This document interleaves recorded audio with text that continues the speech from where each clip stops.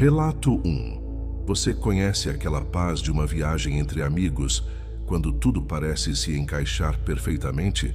Aquele sentimento de que, por um breve período, os problemas do mundo não existem, restando apenas a estrada, uma casa alugada e conversas que se estendem pela madrugada. É curioso como a memória se agarra a essa calmaria, talvez para fazer o que aconteceu em seguida parecer ainda mais sombrio. Boa noite, Joe. Chamo-me Jorge. A história que vou contar se passou durante um feriado de Corpus Christi, mais ou menos. Éramos um grupo de 4 amigos, eu, Caleb, Ricardo e André.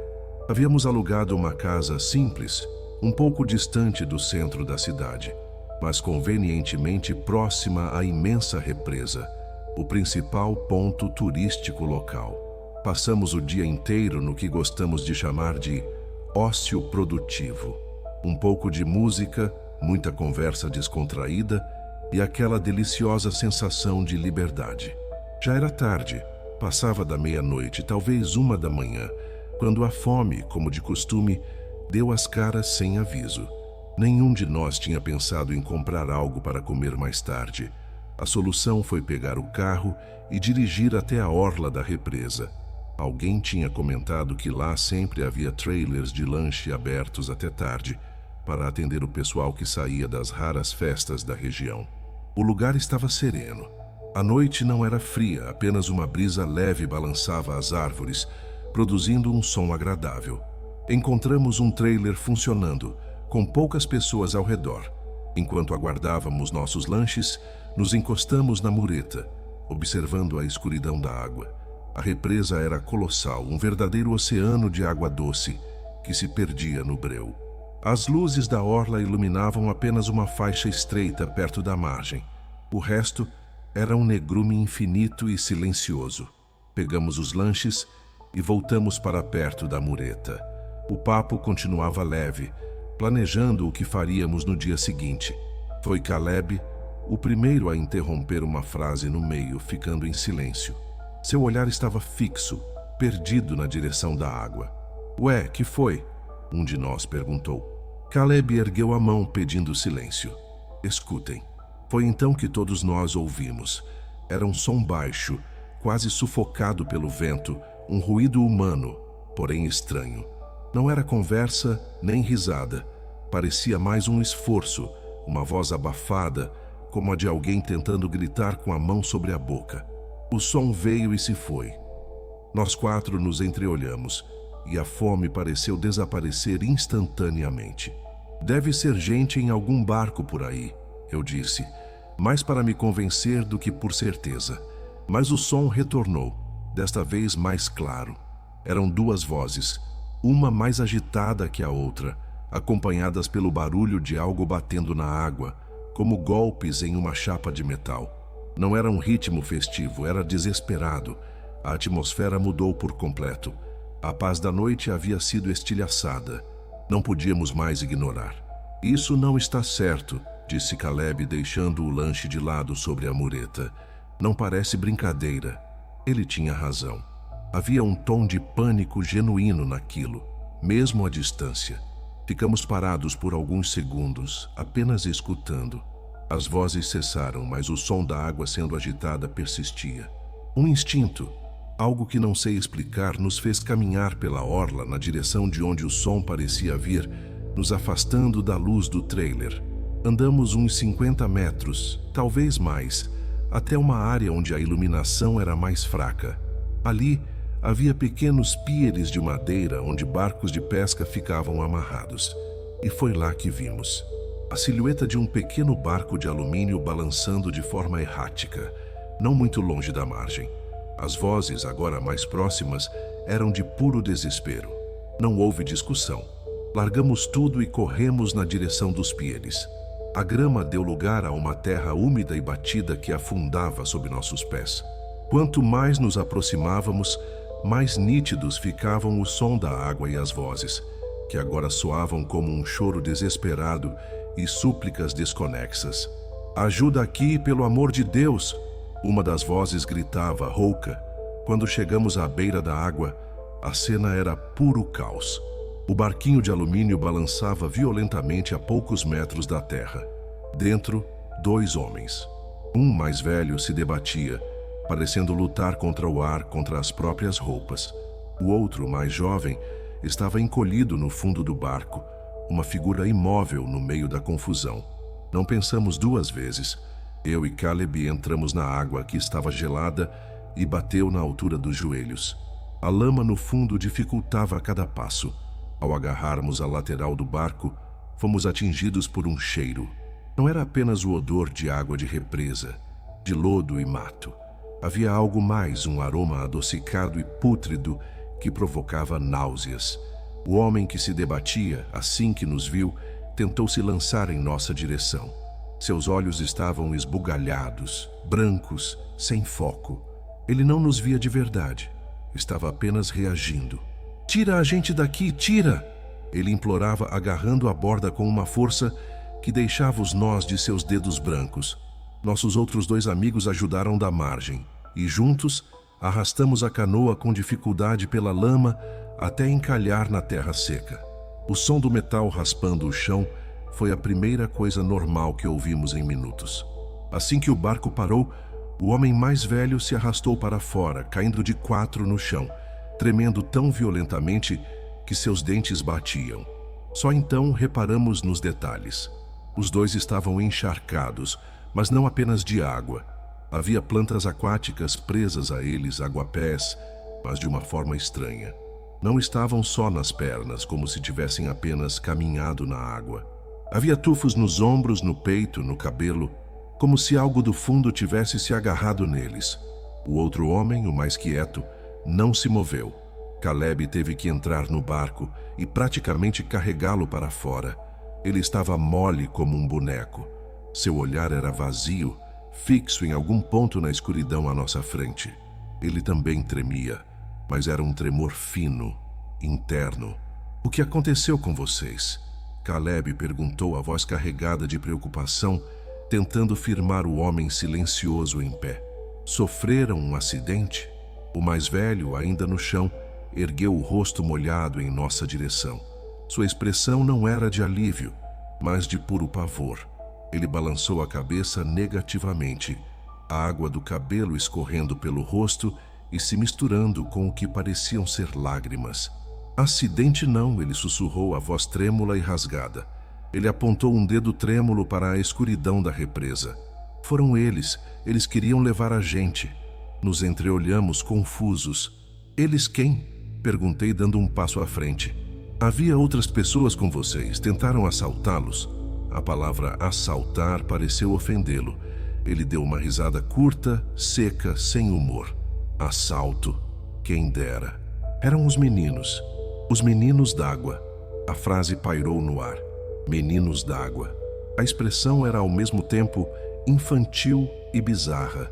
Vi um dos meus amigos segurar o riso, pensando ser uma piada de bêbado, mas não havia nada de engraçado no rosto daquele homem. "Eles saíram do fundo." Ele continuou falando rápido, as palavras tropeçando. "A gente estava recolhendo a rede e eles subiram, um monte deles, umas 5, 6 crianças." Ele parou para tomar fôlego, um fôlego que parecia doloroso.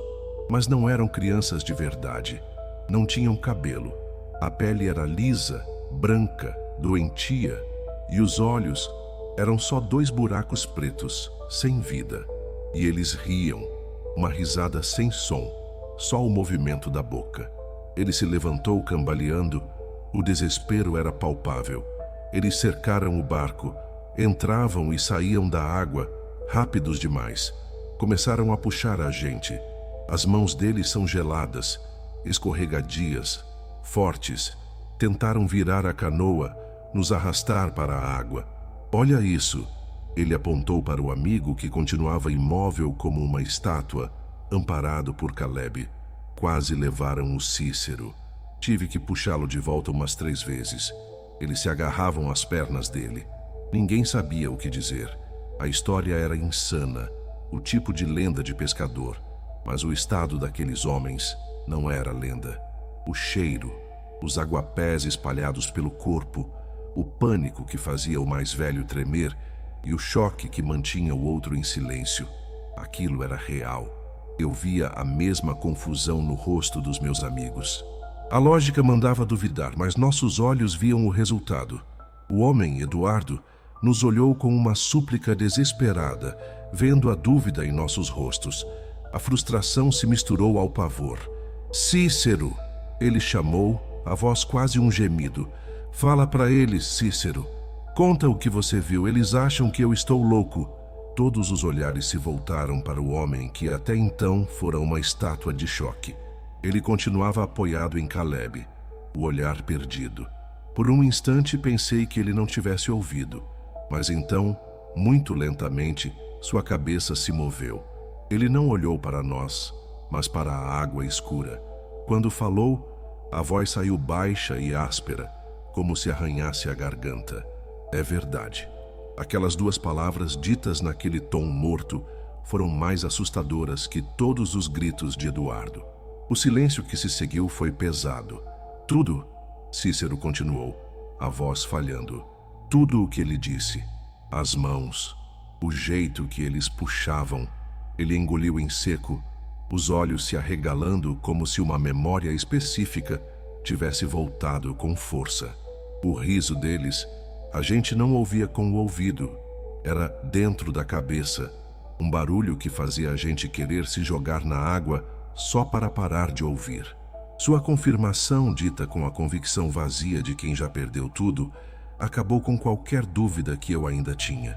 Aquilo não era uma história, era um testemunho. O ar ficou gelado e pela primeira vez eu senti um medo real, um nó na boca do estômago. A confissão de Cícero pareceu realimentar o pânico de Eduardo. Ele olhou para o amigo, depois para nós, e algo em seu rosto se quebrou. Num movimento rápido, ele se lançou na direção de Caleb. Vocês não entendem! Ele gritou, agarrando a gola da camisa do meu amigo com uma força absurda. Vocês têm que sair daqui agora. Eles sentem o cheiro da gente. Eles podem voltar. Calma, senhor, calma, já disse Caleb, pego de surpresa. Eu e meu outro amigo reagimos por instinto, puxando Eduardo. Ele não nos atacava. Tentava nos salvar de um jeito desesperado. A gente acredita, eu disse, a voz mais alta do que eu pretendia. Nós acreditamos em vocês. Ao ouvir aquilo, a força dele se esvaiu. O corpo de Eduardo amoleceu e ele desabou no chão, soluçando. Não era um choro de tristeza, mas de puro esgotamento nervoso. Cícero apenas observava, ainda com o olhar fixo na água, como se esperasse as criaturas voltarem a qualquer momento. Ficamos ali, no meio daquela cena, por um tempo que pareceu uma eternidade. O choro baixo de Eduardo era o único som além do vento. Não havia mais nada que pudéssemos fazer. Éramos apenas 4 jovens que pararam para comer um lanche e deram de cara com um pesadelo. A gente tem que ir, um dos meus amigos sussurrou e ninguém discordou. Começamos a nos afastar andando de costas, sem coragem de virar completamente para a escuridão da represa. Um medo irracional, eu sei, mas parecia errado. O dono do trailer e outro rapaz vinham em nossa direção, atraídos pelos gritos. Senti um pingo de alívio ao saber que eles não ficariam sozinhos. Quando olhei para trás pela última vez, antes de entrarmos no carro, os 2 pescadores eram apenas silhuetas encolhidas perto do barco, desenhadas pela luz fraca da orla. O caminho de volta para casa foi em silêncio absoluto. Dentro do carro, o cheiro de lodo da represa parecia impregnado em nossas roupas, um lembrete físico do que acontecera. A graça da viagem tinha acabado. Eu só conseguia repassar a cena na cabeça. O cheiro, os olhos de Eduardo, a voz morta de Cícero. Naquela noite, ninguém dormiu direito. No dia seguinte, arrumamos as coisas e fomos embora, 2 dias antes do planejado. Foi um acordo mudo. Até hoje, nós 4 nunca mais tocamos nesse assunto. É algo que ficou subentendido. Às vezes me sinto culpado por termos ido embora daquele jeito. Mas o que mais poderíamos ter feito? Contar aquilo para a polícia? Seríamos taxados de loucos. O mais estranho é que quando me lembro daquela noite, o que me causa um arrepio não é a imagem das supostas criaturas. O que ficou marcado na minha mente, o que realmente me assombra, é a lembrança do rosto daqueles dois homens. A certeza, o terror puro e absoluto de quem viu algo que não pertence a este mundo. Naquela noite, eu descobri que o pior não é o monstro, mas o que ele deixa na cabeça de quem consegue escapar. Antes de irmos para o próximo relato, verifique se você já está inscrito aqui no canal Jaw, Relatos Reais de Terror, e se já ativou o sino de notificação para receber as próximas histórias. Aprecio sua companhia e seu apoio faz toda a diferença. Bem, vamos continuar.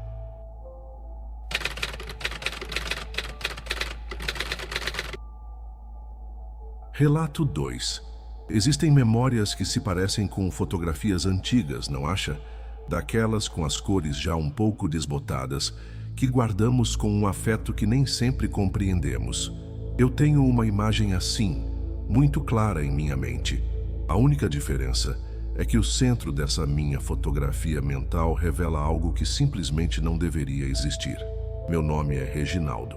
O que vou contar aconteceu há muito tempo, no começo dos anos 90. Minha família tinha o costume de, uma vez por ano, juntar todo mundo e ir para o litoral. Era quase um comboio familiar, com 3 ou 4 carros em fila na estrada, repletos de primos, tios e aquela desordem gostosa que só uma viagem assim proporciona. Naquela ocasião, alugamos uma daquelas casas de veraneio bem simples, com mobília de fibra já marcada pelo tempo e pela maresia, e um cheiro constante de loção solar misturado ao de café, que minha avó fazia questão de preparar bem cedo. Eu sempre fui mais ligado a ela, minha avó Naná. Naquela época, com meus 11 anos, eu era um menino quieto, que vivia com a cabeça em outro mundo. E ela, com sua calma infinita, parecia a única pessoa que não apenas entendia, mas também respeitava o meu jeito. Aquele dia específico tinha sido perfeito. Sol forte, a gritaria da criançada correndo na areia, meu tio tentando organizar um futebol que nunca se concretizava. O roteiro de sempre. Mas quando o sol começou a descer, pintando o céu com um tom de laranja intenso, a maioria do pessoal decidiu que era hora de voltar. O vento ficou mais afiado, a fome apareceu e a ideia de um banho quente, junto ao cheiro de camarão fritando na cozinha, era um argumento poderoso. Só que eu não queria ir. Havia algo na imensidão do mar, agora que ele se tornava mais escuro e misterioso, que me fascinava. Pedi para ficar só mais um pouco. Minha mãe já preparava um sermão sobre o frio e os perigos, mas vó Naná me salvou. Com aquele seu jeito manso que desarmava qualquer um, ela disse que ficaria comigo, garantindo que em menos de 1 hora estaríamos de volta. Para ela, era uma desculpa para terminar o café da garrafa térmica que sempre carregava. Para mim era tudo, e eles se foram. Ficamos ouvindo o som dos chinelos na passarela de madeira que levava à rua, enquanto as vozes e risadas diminuíam até desaparecerem por completo. De repente, o silêncio tomou conta. Quer dizer, não um silêncio total, pois o mar nunca se cala, mas era um som diferente. Sem as pessoas, o barulho das ondas parecia mais alto, mais grave, talvez mais ancestral. Ficamos ali, sentados em nossas cadeiras de praia a uns 10 metros da água. O céu já não era alaranjado. Agora era um azul profundo, quase roxo, e as primeiras estrelas piscavam timidamente. Os quiosques que durante o dia eram uma confusão de música e gente, agora eram apenas vultos escuros, com suas portas de metal fechadas. A sensação era de que o mundo tinha se esvaziado só para nós. Vó Naná começou a contar histórias de sua juventude, da vida no interior. Sua voz era a única coisa que quebrava a constância das ondas. Por um tempo, me senti em paz absoluta. Era só eu, ela e aquela imensidão escura à nossa frente. Mas aos poucos, uma estranheza começou a se instalar. A praia, à noite, parece um lugar muito maior. A escuridão apaga os contornos. Você olha para os lados e vê apenas uma faixa de areia, que parece infinita, encontrando a massa negra e inquieta do oceano. Não havia mais ninguém. Estávamos completamente sós. Acho que ficamos ali por quase 1 hora. A conversa foi morrendo e ficamos apenas observando o balanço da água. Foi nesse momento de silêncio compartilhado que a vimos. A princípio, meu cérebro não processou o que meus olhos registravam. Era uma figura, um vulto escuro, talvez a uns 30 ou 40 metros de nós. Estava dentro do mar, numa área que, pela distância da arrebentação, eu sabia ser funda. Ninguém em sã consciência estaria ali, muito menos àquela hora. Era uma mulher, ou ao menos a silhueta era feminina, e ela estava de pé. Não boiava nem nadava. Ela andava. Eu via o movimento de suas pernas, um passo lento após o outro, mas de um jeito que desafiava a lógica. Não era o caminhar de alguém com dificuldade na água rasa. Ela se movia com uma leveza anormal, como se deslizasse sobre uma superfície sólida e invisível. A cada passo, a superfície do mar ao seu redor parecia se acalmar, tornando-se um espelho negro e perfeito. Suas roupas, embora difíceis de detalhar pela distância, não eram de banho. Parecia um vestido longo, algo pesado que se arrastava sobre a água sem se molhar. Não fazia o menor sentido. Foi então que notei outra coisa. O som constante das ondas, tão presente segundos antes, de repente pareceu distante, abafado. A única coisa que eu ouvia com clareza era minha própria respiração curta e rápida. Olhei para minha avó. Ela estava imóvel. A xícara de plástico que segurava congelou a meio caminho da boca.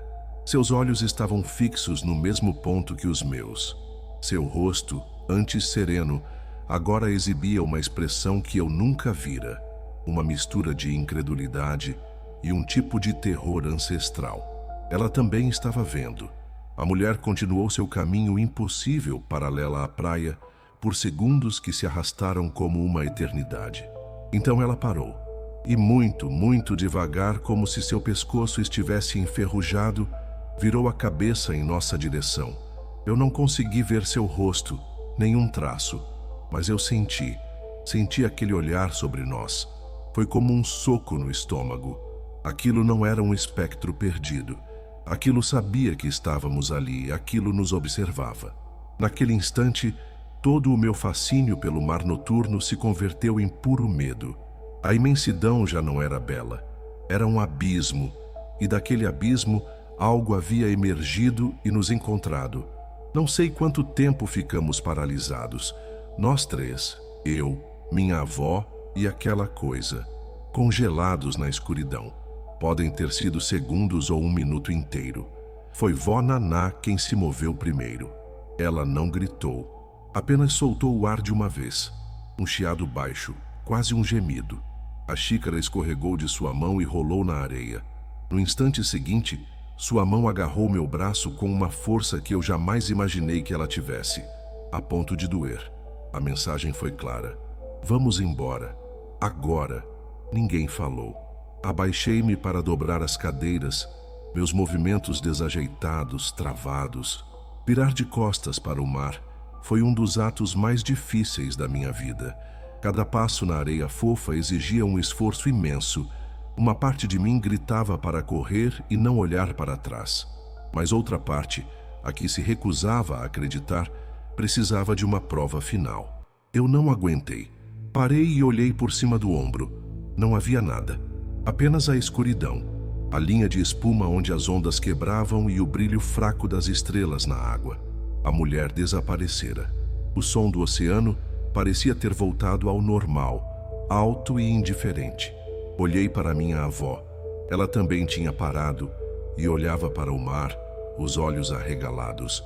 Não ver mais a figura era de algum modo quase tão assustador quanto vê-la. Retomamos a caminhada, agora quase uma corrida desengonçada. O trecho de areia até a segurança da passarela nunca pareceu tão longo. Quando finalmente pisamos no calçamento, sob a luz amarelada de um poste, vó Naná falou. A voz saiu trêmula. Um sussurro. Você viu, não viu, meu filho? Perguntou sem me olhar. Eu só conseguia sentir com a cabeça, as palavras presas na garganta. O que era aquilo, Vollins? Consegui perguntar. a voz fina e infantil. Ela não respondeu de imediato. Continuou andando, me puxando pela mão. Só depois de alguns passos, ela parou e se virou para mim. A luz do poste mostrou que seus olhos estavam marejados. Eu não sei, Reginaldo, disse ela, e rezo a Deus para nunca descobrir. O resto do caminho até a casa foi em silêncio. Quando abrimos o portão, o choque foi imenso. Lá dentro era outro mundo. Luzes acesas, música animada no rádio, o cheiro forte de alho e coentro no ar, meus primos jogando baralho, meus tios rindo na cozinha. Era uma cena de normalidade tão vibrante que o horror que tínhamos vivido pareceu pertencer a outro universo. Acho que nossos rostos nos denunciaram. Minha mãe foi a primeira a nos ver e seu sorriso se desfez. O que aconteceu? Vocês estão pálidos. Minha avó respirou fundo, buscando firmeza na voz. Nós vimos uma coisa na praia, uma mulher. A música foi abaixada. Todos os olhares se voltaram para nós. Meu tio, o piadista, quebrou o silêncio com um sorriso. Uma mulher sozinha na praia a essa hora? Pelo menos era bonita. Eu não aguentei. A necessidade de fazê-los acreditar era grande demais. Ela estava andando em cima da água. Minha voz saiu mais alta do que eu queria. Foi o que bastou para a preocupação virar zombaria. Meu tio soltou uma gargalhada. Ah, pronto. Deixamos os dois sozinhos e já voltam vendo assombração. Vocês combinaram essa história, né? Minha mãe disse, com um sorriso de quem acha graça na invenção de uma criança. Eles não estavam sendo cruéis. Na cabeça deles, era só uma brincadeira. Mas para nós, ainda com o frio daquele pavor na pele, cada risada era um empurrão. A confirmação de que ninguém mais entenderia. Estávamos sozinhos com aquilo. Vó Naná não disse mais nada, apenas me guiou para o quarto. Naquela noite, mal dormi. De madrugada, senti o colchão afundar. Abri os olhos e vi a silhueta da minha avó na beirada da cama. Está acordado? Ela sussurrou, a voz firme. Ela pegou minha mão. Escute bem, Reginaldo. O que a gente viu hoje morre entre nós. Não vamos mais falar nisso com ninguém. Nunca mais. Mas por que, vó? Perguntei. Porque não é para eles acreditarem. O sussurro dela era intenso. Existem coisas neste mundo que não gostam de ser vistas. E gostam menos ainda de serem nomeadas. Chamar a atenção delas é perigoso. Nós olhamos para onde não devíamos, então vamos esquecer. Entendeu? Será o nosso segredo. E nós cumprimos o pacto. Nunca mais tocamos no assunto. Os anos se passaram. E as viagens para a praia continuaram. Batinada foi como antes. Vó Naná nunca mais entrou no mar. Ela montava sua cadeira e passava horas olhando a água com um respeito que beirava o medo. Seu olhar não era mais de admiração, era de vigilância. Eu também mudei. Aquele fascínio pelo oceano escuro virou um pavor que carrego até hoje. Minha avó se foi há 5 anos e até o fim, aquele segredo foi o laço mais forte e estranho que tivemos. Às vezes, quando fecho os olhos para dormir, eu ainda a vejo. A praia deserta, a água imóvel e a mulher que andava sobre o mar, virando lentamente a cabeça em minha direção. E eu sei, com uma certeza que me arrepia, que ela também se lembra muito bem de mim. Se estiver gostando dos relatos, não se esqueça de já deixar o seu like. Ele é muito importante para o canal Jaw, Relatos Reais de Terror. Bem, vamos continuar.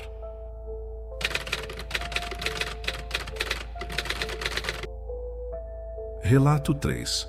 Uma herança nem sempre é sobre o que te deixam. Às vezes, é sobre o que você é obrigado a carregar. Para mim, não foi dinheiro ou joias. Foi uma casa e tudo o que habitava nela. Meu nome é Nivaldo. Minha mãe, Cristiane, faleceu há cerca de 4 meses. Foi repentino, um problema cardíaco que ninguém antecipou. Eu morava em outra cidade, uma daquelas metrópoles cinzentas onde se trabalha mais do que se vive, e a notícia me pegou de surpresa. Para ser honesto, minha situação não era das melhores. A empresa onde eu atuava como designer fez um corte de pessoal e meu nome estava na lista. As contas viraram uma bola de neve. E de repente a casa que minha mãe deixou se tornou a única saída em meio a tantas dívidas. Voltar não foi uma escolha, foi uma necessidade. A casa fica num daqueles bairros que já viveram seus dias de glória. Ruas largas, árvores antigas e sobrados com portões de ferro. O lugar onde cresci. Mas ao parar o carro em frente, a sensação não foi de nostalgia e sim de estranheza. A pintura estava desbotada, com manchas escuras de umidade. Lá dentro, o sentimento piorou. Um cheiro de produto de limpeza antigo tentava, sem sucesso, mascarar o odor de lugar fechado. Tudo estava em seu devido lugar, pois minha mãe era metódica ao extremo, mas era uma ordem sem vida. Os móveis cobertos por lençóis brancos, a máquina de costura dela no canto com um tecido pela metade. Era como entrar num cenário congelado no tempo. Meu plano era organizar tudo, separar doações, encher caçambas e colocar a placa de vende-se o mais rápido possível. Minha mente estava focada nos números, nos boletos. Eu estava ali para desmontar um lar e convertê-lo em dinheiro. Pelo menos era o que eu repetia para mim mesmo. Passei os primeiros dias nos quartos e na sala, enchendo caixas com roupas, louças, fotos. No terceiro dia, decidi encarar a área dos fundos. Havia um corredor que levava à lavanderia e a um pequeno quintal de cimento. E ali, no fim desse corredor, ficava a porta do quartinho. Quando eu era garoto, aquele cômodo era território proibido. Minha mãe o chamava de depósito, mas a porta vivia trancada com um fecho antigo de metal. Ela sempre dizia que guardava ali coisas frágeis, ferramentas, produtos fortes, desculpas que uma criança aceita. Eu nem ia mexer ali, mas, ao passar com a vassoura, meu ombro bateu na porta. Ouvi um estalo. O fecho enferrujado cedeu. A porta se abriu alguns centímetros, liberando uma corrente de ar. O cheiro que veio com ela me fez parar. Não era poeira ou mofo. Era um odor seco, de ervas, como uma farmácia antiga. E por baixo, um aroma adocicado e esquisito. Empurrei a porta. O lugar era pequeno, com prateleiras de madeira escura do chão ao teto. Mas não havia bagunça. Era uma organização quase doentia. Potes de vidro alinhados continham terra, galhos secos, líquidos amarelados. Caixas de sapato empilhadas traziam etiquetas com a caligrafia da minha mãe. 1998 concluído, 2005 falhou, 2012 pausa. Aquilo não era um depósito. Fiquei parado na entrada, sentindo um desconforto profundo. A sensação de ter aberto uma porta que deveria ter ficado fechada, de descobrir um lado da minha mãe que eu desconhecia. Fechei a porta, encaixando o trinco quebrado. Por alguns dias evitei até olhar naquela direção, mas eu precisava esvaziar aquele cômodo. Criei coragem numa tarde de quinta-feira. Com o sol forte lá fora, tudo parecia menos assustador. Entrei. Comecei pela prateleira mais baixa, onde havia uma fileira de sapatos todos para o pé esquerdo. Numa caixa de ferramentas, encontrei dezenas de chaves velhas e tortas. Atrás de uma pilha de jornais achei um caderno de capa preta. A caligrafia era da minha mãe. Pensei ser um diário, mas não era. Eram listas, regras. Verificar os potes de sal grosso toda segunda. Substituir se escurecerem. A cadeira deve sempre estar virada para a janela. Sempre. Se o chocalho de sementes cair, não toque. Espere 24 horas. Nunca, em hipótese alguma, durma na sala. Minha primeira reação foi tristeza. Pensei que minha mãe, sozinha por tanto tempo, acabou criando rituais para dar sentido aos dias. Guardei o caderno sentindo o peso da culpa. Naquela noite, o sono não veio. A casa parecia diferente. O silêncio parecia atento. Ao passar pelo corredor, senti um frio intenso vindo de dentro do quartinho. Ignorei, dizendo a mim mesmo que era sugestão. Acabei pegando no sono e sonhei com o quartinho. Nele, uma mulher de cabelos escuros e compridos arrumava os objetos nas prateleiras. Não era minha mãe. Acordei suado, com um gosto metálico na boca. Decidi que a melhor coisa a fazer era quebrar aquelas regras, limpar tudo. Provar a mim mesmo que era só um cômodo com tralha. Numa manhã de sábado, abri a porta, forcei a janelinha e deixei a luz do sol entrar. Comecei a limpar o pó de uma prateleira alta. Foi quando aconteceu. O chocalho de sementes, um pequeno cachixi de palha, rolou e caiu no chão. A regra do caderno veio à mente. Não toque, espere 24 horas. Achei aquilo absurdo. Com a ponta de uma vassoura, peguei o chocalho e o coloquei de volta no lugar. Na manhã seguinte, fui à cozinha. Ao passar pelo corredor, olhei para o quartinho. A porta estava fechada, mas algo estava errado. A cadeira.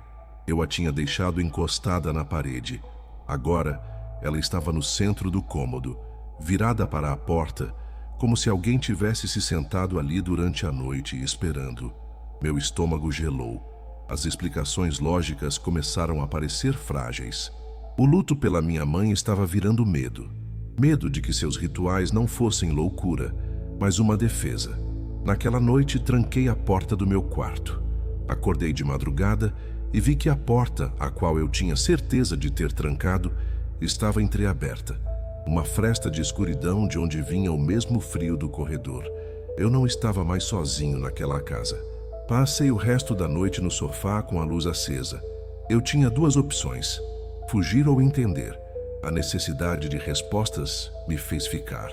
Na noite seguinte, o cansaço me venceu e adormeci no sofá. E então, aconteceu. Não foi um despertar, foi uma transição. Num instante eu dormia.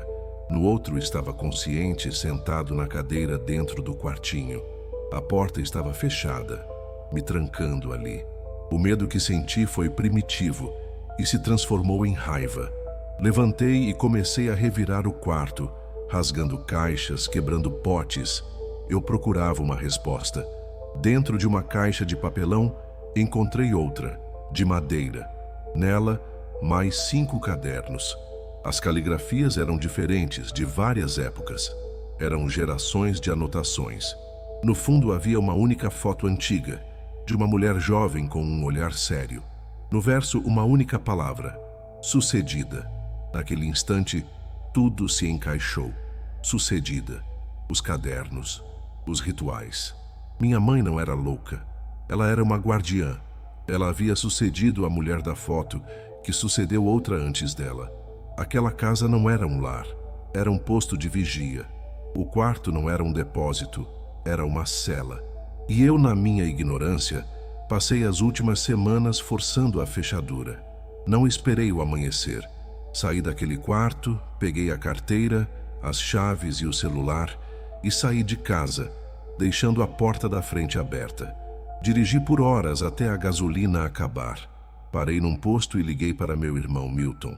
Vende a casa, eu disse, atropelando as palavras. Vende pelo preço que for. E quando vender, joga tudo fora. Contrata uma caçamba e joga cada maldita coisa no lixo. Você está me entendendo? Ele, provavelmente me achando louco, concordou. Nunca mais pisei naquele lugar. Meses se passaram. Aluguei um cubículo, comecei a pegar trabalhos freelancer. Meu irmão ligou para dizer que a casa fora vendida para um casal que ia reformar tudo. E sim, o conteúdo do quartinho tinha sido descartado. Senti um alívio que quase me fez chorar. Eu estava livre. Foi na noite de ontem que eu entendi o tamanho do meu erro.